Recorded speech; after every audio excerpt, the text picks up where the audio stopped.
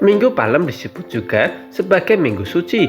Disebut Minggu Palem karena ketika Yesus masuk ke Yerusalem, orang banyak bersorak-sorai memuji Tuhan Yesus sebagai Mesias yang akan mewujud nyatakan kerajaan Allah.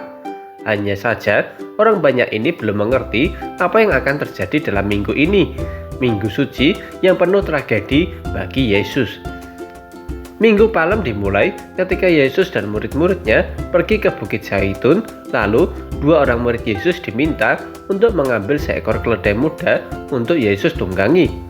Ketika mereka mencari keledai itu dan berkata persis sesuai perintah Tuhan Yesus, sang pemilik keledai dengan rela memberikan keledainya untuk dipakai.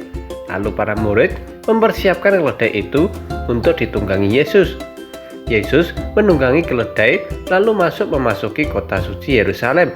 Banyak orang melepaskan pakaian lalu menghamparkan pakaiannya di jalan. Sementara itu, banyak orang lain memotong ranting-ranting daun palem lalu mereka berteriak, "Hosana bagi anak Daud, kemuliaan bagi Allah di tempat maha tinggi." Begitu meriahnya suasana pesta kemenangan saat itu, sampai-sampai para orang Farisi menegur Yesus dan menyuruhnya untuk menegur pengikutnya. Tapi Yesus menjawab, jika mereka diam, batu-batu yang akan berbicara. Sungguh tanggapan yang tajam.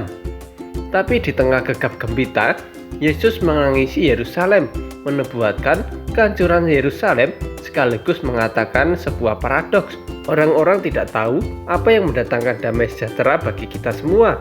Paradoks yang dimaksud adalah gegap gempita dan sorak kemenangan saat itu akan berubah menjadi sorak kebencian kepada Yesus, sorakan untuk menyalibkan dan membunuh sang juru selamat. Apakah ini artinya minggu yang diawali dengan sorak kemenangan berubah menjadi kekalahan dengan kematian Yesus Tuhan anak Daud?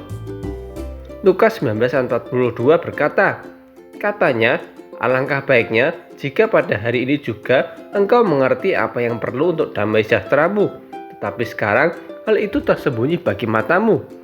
Saat itu, Tuhan Yesus menubuatkan nasib kota suci Yerusalem yang akan hancur pada abad pertama, sekaligus menubuatkan dirinya sendiri yang akan mati di akhir minggu itu dan dikuburkan selama 3 hari.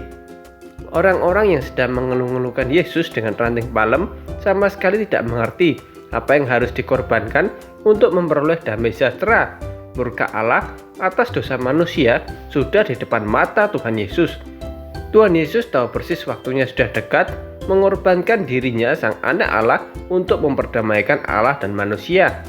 Inilah alasan mengapa minggu terakhir Yesus disebut Minggu Palem atau Minggu Suci.